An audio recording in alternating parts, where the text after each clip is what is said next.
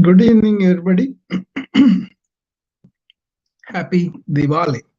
Today is a festival of Diwali celebrated in India and around the world in India households. Very nice festival, enjoyable. Uh, and we had a lovely time as children. Ever since we were growing up, we have always enjoyed this festival. This is one of the best festivals, actually, kind of favorite of us now because we had fireworks at this festival. We did not do fireworks at the Independence Day, which was August 15th for India, but I saw the fireworks here.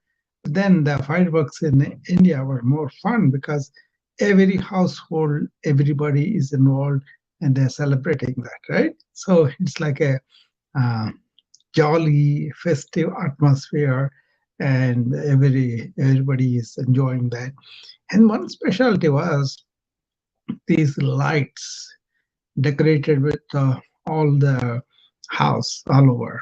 At that time, they had these earthen pattern things that were made. They called them pramida, and that's got a like a round shape, a boat shape like, and you put oil in it, and then you put the cotton threads to absorb the oil, and then light it up. Because natural lamps, it's not like uh, candles, it's not like electrical lights, it's like a natural lamps. And I remember we put all of them around the house and on the house. We had a palatial home, big home, right? We had big walls that we were decorating them with these lamps. And with the wind, they used to go out, so we got to go and uh, really protect them and all that, or relight them. But surprisingly, those festivals that we celebrated, most of the time they were lit up and they stayed like that, and the wind was still okay. Anyway, this is happens in October. This actually represents for them, like Lord Krishna has uh, killed this demon, like a king who was doing a lot of havoc on the earth, and that's why he kills him.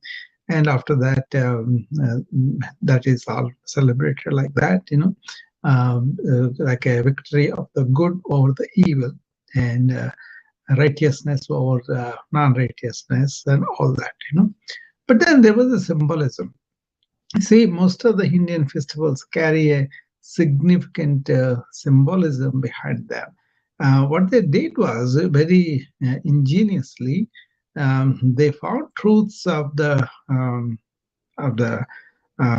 various things, various facts of life, and they discovered them in their deep meditation. But then they incorporated into daily life. So you don't have to study much, you don't have to learn much, but you just observe what is behind it, and thereby you kind of uh, can enhance your feeling of the festival and celebrate with yourself. Okay, that's the kind of thing, right? So that's what I want to talk about. You see, in Indian spirituality, lighting the lamp carries a significant symbolism of dispelling darkness with light, the darkness of ignorance with light.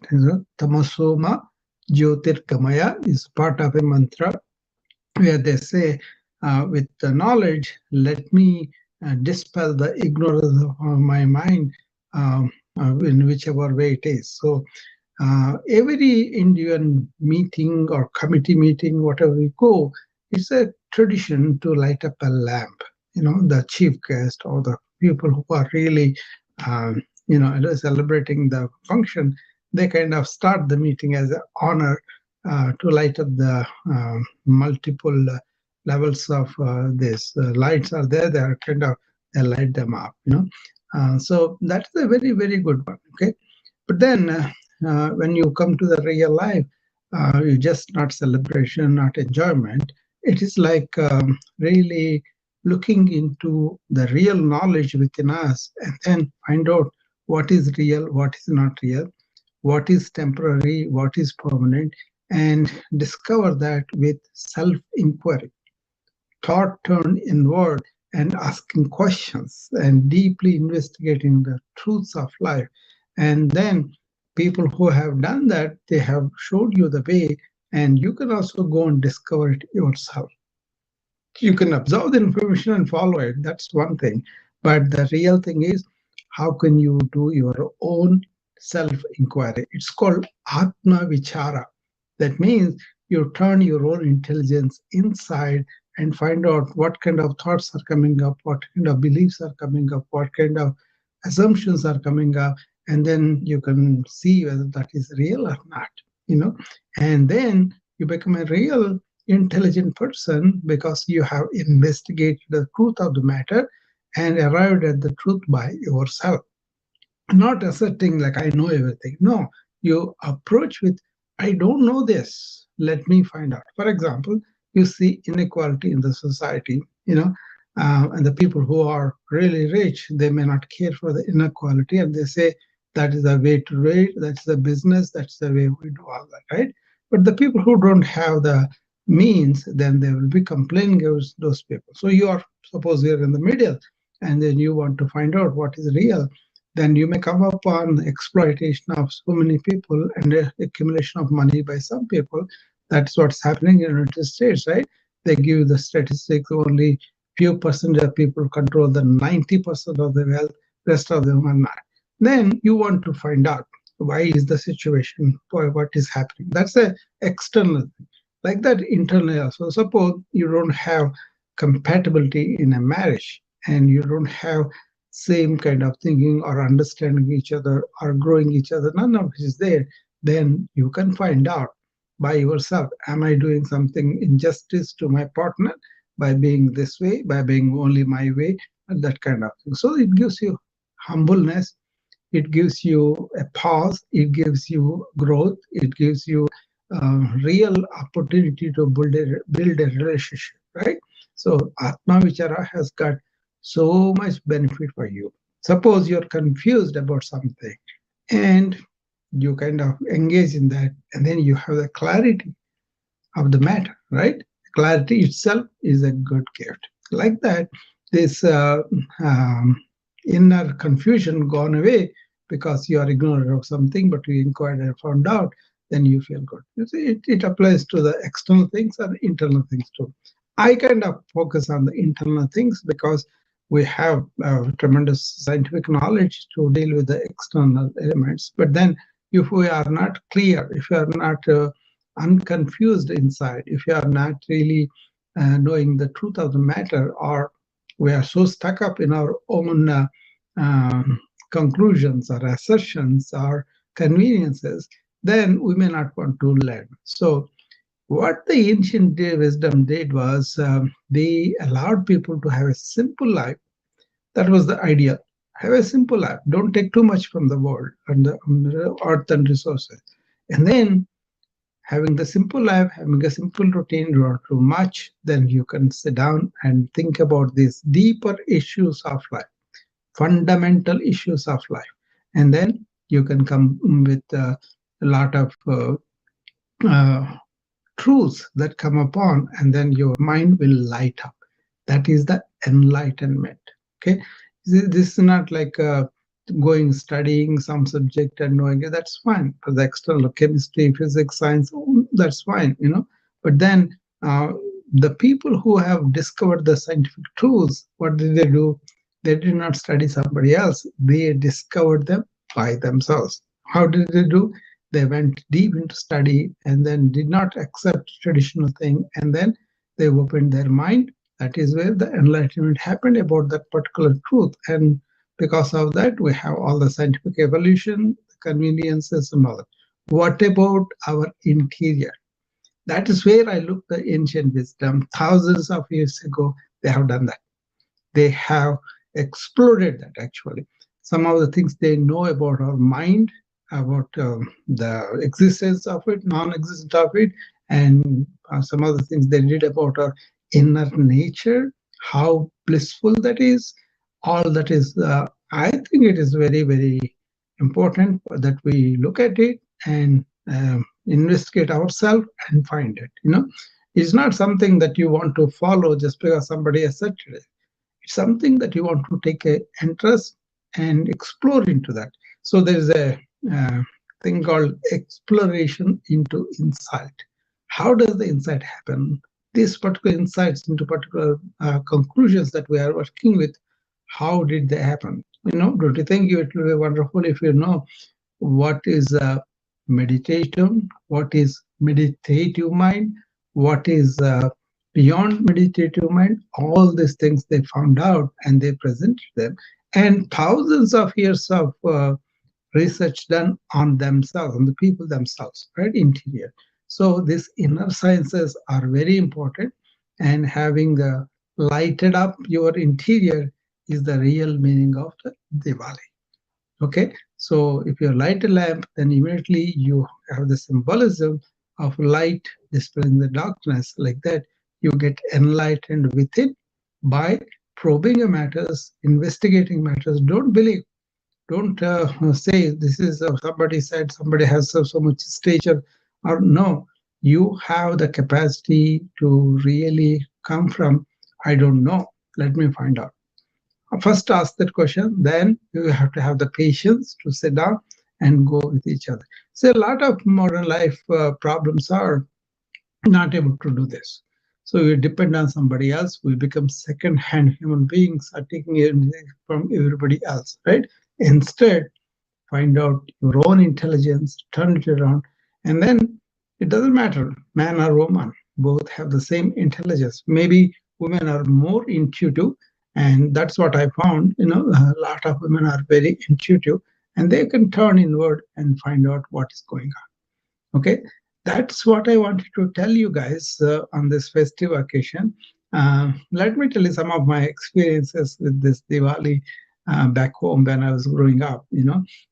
So the lure is, we only know only one thing: the fireworks and the diet. Different kinds of goodies are made that day, and these two, and then they worship the goddess of wealth and all that. The wealth is really uh, the knowledge we get, right? I will give you the Lakshmi, whom they worship in India, is the goddess of wealth. But that Lakshmi is the wife of Vishnu, who is always closing his eyes and meditative. That is, he has this gnana, which is the knowledge of the everything, right? And she is attracted by that, but we are attracted by her, the money that she has. That is the kind of thing. So how misappropriated the meaning is, you can say. What is more important is that knowledge, that gnana, that understanding of the inner nature. Okay, so we used to wait for this festival, and then 1 week before that, we had all the enthusiasm flowing in the blood. Oh, we are going to have so much of fireworks. So we're going to eat a lot of these good sweets, and then we're going to have holidays and all that. Everybody's a holiday. Everybody's like on a vacation, and then celebrating it. And when we bring those, because excuse me.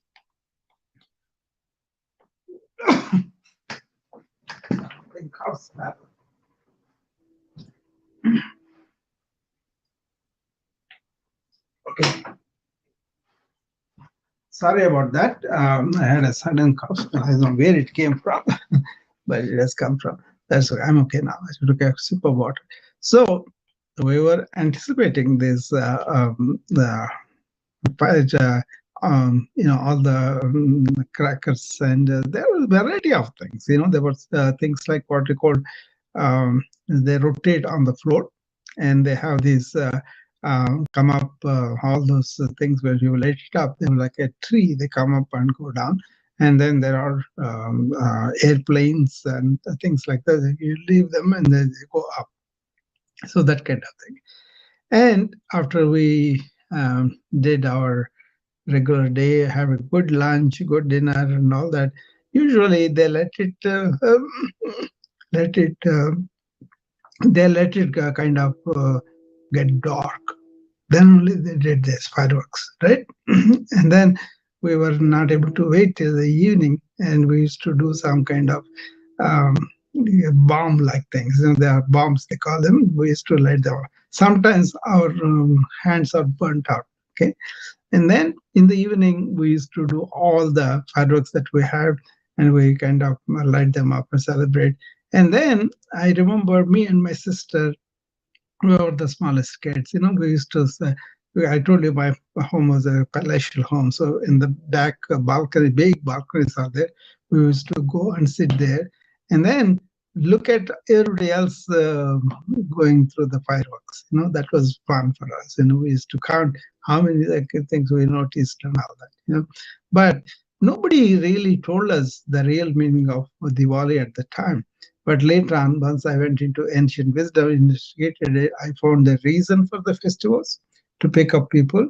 At the same time, make them learn something new. So there was a festival for each season, you know, and then there is a meaning behind it, but that was conveyed through symbolism, like a lighting of the lamp, you know, but not really explained what was behind it. So I thought a lot of people don't know, and I ask them this.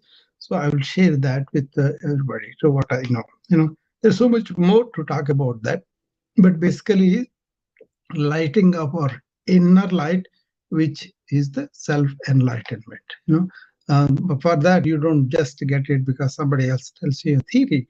You got to investigate you. That's called Atma Vichara, self inquiry. Okay, that is what I wanted to tell you. Anybody has any questions, they can come up, and I'll be happy to engage them and answer the questions. But this is a very uh, uh, happy occasion for us, you know. So you don't have to be anything; just enjoy the sweets and um, enjoy the all the fireworks, and also understand what is this self-inquiry, and maybe indulge in some self-inquiry. All of that are good for any human being, I think, you know. So I just wanted to share that with you all. Hopefully that made some sense to you, and it made you more curious about finding other festivals. What do they mean? There's one thing though. Even though economy was not good, many people have minimal resources, and but they have these occasions of festivals when they get the relatives from other places, right? And then they get with the students, they get all the workers in the government. They come to their own house, to the village, and all of that, and then all the relatives mingle together and enjoy. You know, so lot of stress and strain goes away whenever this festival come. And they have so many festivals. Almost every month there's a major festival and the other things too. Each day, according to the calendar, they have some significance. You know, so that was fun to observe too. But then you can enjoy each festival and then really understand what it is. And each festival, by the way, has a different kind of foods that they made. Very special things, you know. At Diwali, I remember sweets, you know, but in some other places they get some rice preparations that are special. So they have got this specific foods for each festival. And my mom used to very particular about making them for that festival.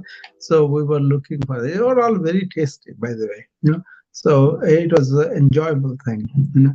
And because they kind of have this fun and frolic and really having this meeting of so many people that were not seen for a while. So people are very, um, you know, they get the benefit of having their stress gone down. You know, they just enjoy the whole festival. And then they also not only celebrate within the house. What they do, they have this conglomeration of people gathering together and doing rituals that they the dance and singing and pulling the chariot. So many things are there, right? And they will do that. That's all superficial presentation of the real spirituality underneath.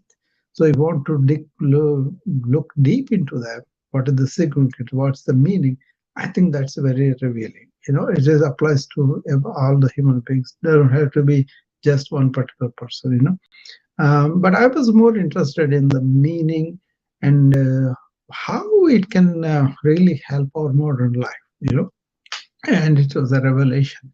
A lot of things that we are doing are influenced by the artificial things that we have created. But ancient times, they was all natural. You know, the sunlight, the water, the kind of so many things to worship the gods and all that. Right?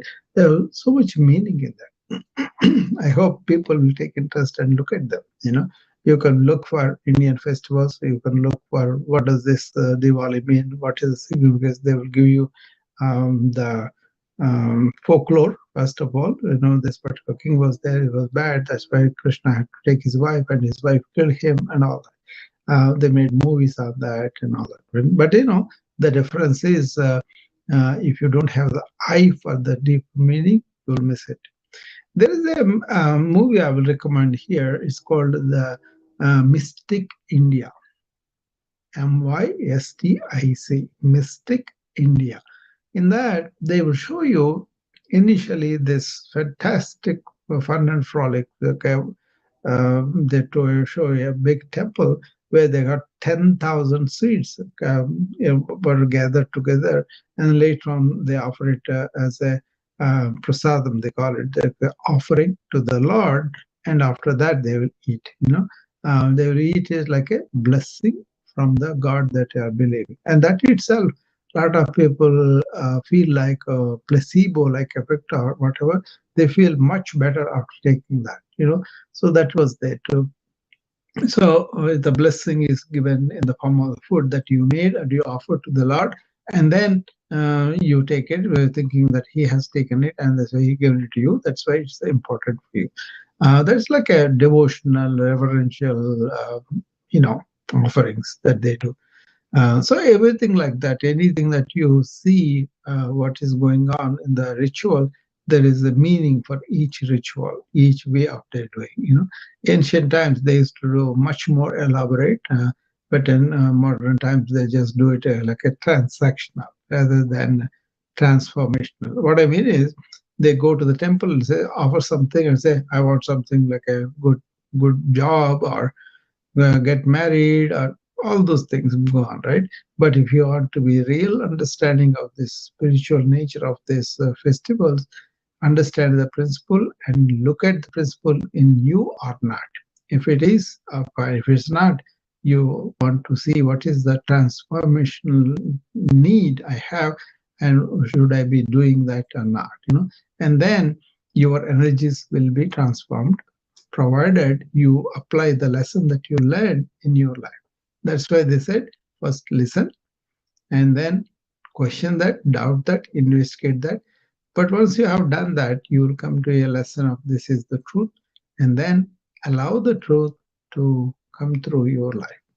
Okay, so that's what I wanted to tell you. I wanted to actually to share you what it is, and this is festival. I think my family had celebrations done. That's why I have some time to sit down with my friends and all.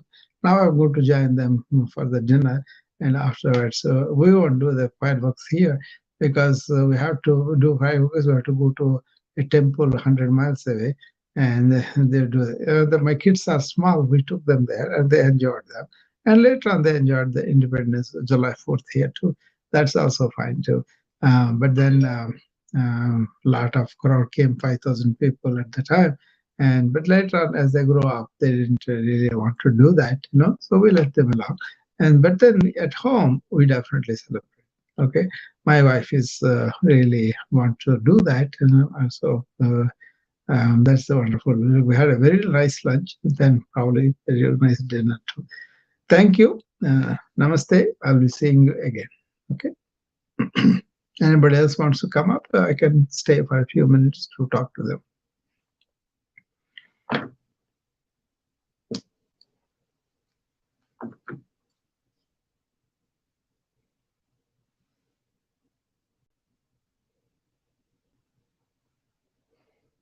Okay.